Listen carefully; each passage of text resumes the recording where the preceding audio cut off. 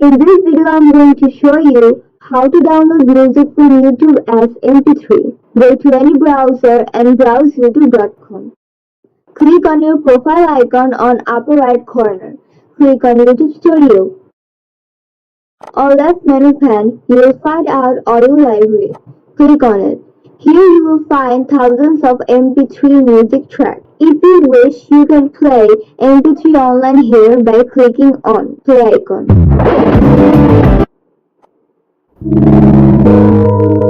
Or you can download on your local storage. To download, hover the mouse pointer on music track and you will find download icon. Click on it, or when you play the music track, you will find download icon on lower right corner.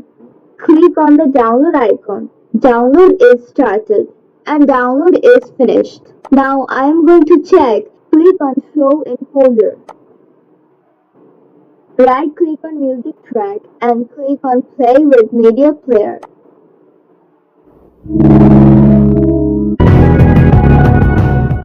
That's it. If you find this video helpful, don't forget to like, comment and subscribe for new tutorials.